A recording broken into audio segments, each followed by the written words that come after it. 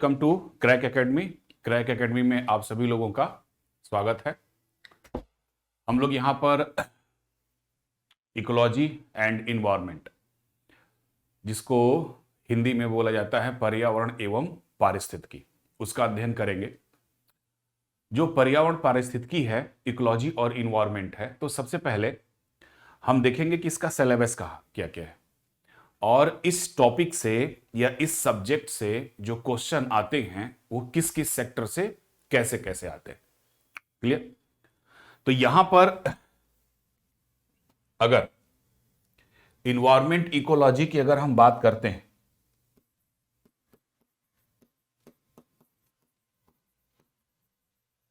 Environment basically environment इसको हम बोलते हैं पर्यावरण। तो इस पर्यावरण के अंतर्गत पहले फर्स्ट इसमें हम ये देखेंगे कि इसका सिलेबस क्या क्या है और इसके टॉपिक्स क्या क्या है। बात हो रही है यूपीएससी की, तो यूपीएससी का ये बड़ा फेवरेट सब्जेक्ट है इकोलॉजी एंड इन्वायरमेंट, और यूपीएससी के एग्जाम में इस टॉपिक से लगभग 30+ क्वेश्चन पूछे जाते हैं नियर अबाउट, जिसमें से 20 क्वेश्चन तो प्योर इन्वायरमेंट के होते हैं और बाकी की जो 10 क्वेश्चन होते हैं वो इन्वायरमेंट से रिलेटेड होते हैं। यानी कि इन्वायरमेंट को रिलेट कर दिया ज्योग्राफी से, इन्वायरमेंट को रिलेट कर दिया आपके इकोनॉमिक्स से, या फिर इन्वायरमेंट को रिलेट कर दिया आपके साइंस टेक से। ठीक है ना? जैसे हम लोग स्पेस टेक्नोलॉजी पढ़े थे, तो स्पेस टेक्नोलॉजी में जो फ्यूल इस्तेमाल होता है रॉकेट में, वो फ्यूल ग्रीन हाउस गैसों के टाइप्स के होते हैं, तो वो भी ग्लोबल वार्मिंग के लिए जिम्मेदार होते हैं। ठीक है? तो लिंक करके क्वेश्चन आते हैं। तो यहां पर जो 20 क्वेश्चन हैं आपके, ये 20 क्वेश्चन तो प्योर आ गए आपके किससे, इन्वायरमेंट से। लेकिन ये जो 10 क्वेश्चन है, ये 10 क्वेश्चन आपके जियोग्राफी से भी अटैच होते हैं, इकोनॉमिक्स से भी अटैच होते हैं और साइंस टेक से भी अटैच होते हैं। अब पिछले साल की हम बात करें तो प्रीवियस ईयर में इकोलॉजी इन्वायरमेंट से 35 क्वेश्चन आए थे। ठीक है? यानी कि 2011 से लेकर अब तक इकोलॉजी इन्वायरमेंट से 30+ क्वेश्चन हमेशा आ रहे हैं। तो इस वजह से इस सब्जेक्ट की इंपॉर्टेंस को हम समझ सकते हैं।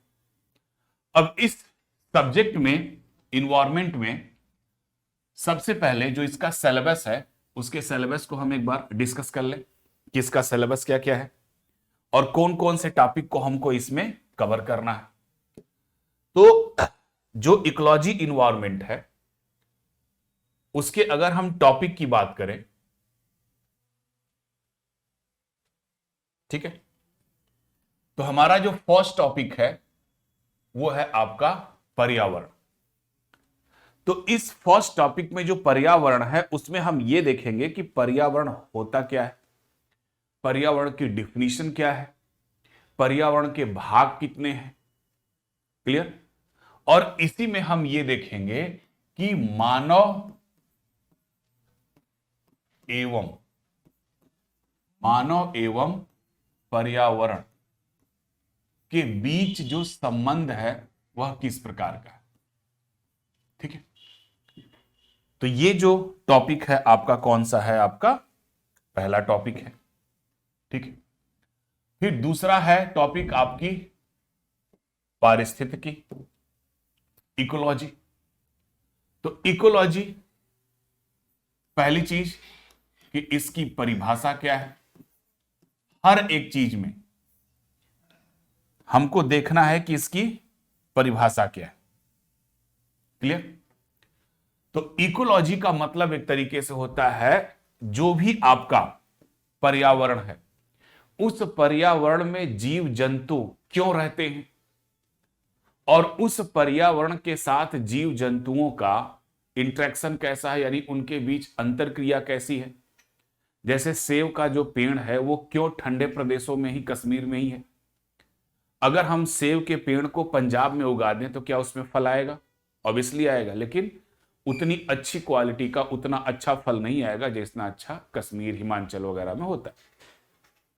तो कोई भी जीव जंतु अपने पर्यावरण में क्यों सरवाइव करता है, उसके अंदर क्या ऐसी खासियत होती है, इसी का अध्ययन किया जाता है किसके अंतर्गत? पारिस्थितिकी के अंतर्गत। फिर तीसरा टॉपिक है इसमें पारिस्थितिकी तंत्र, इकोसिस्टम।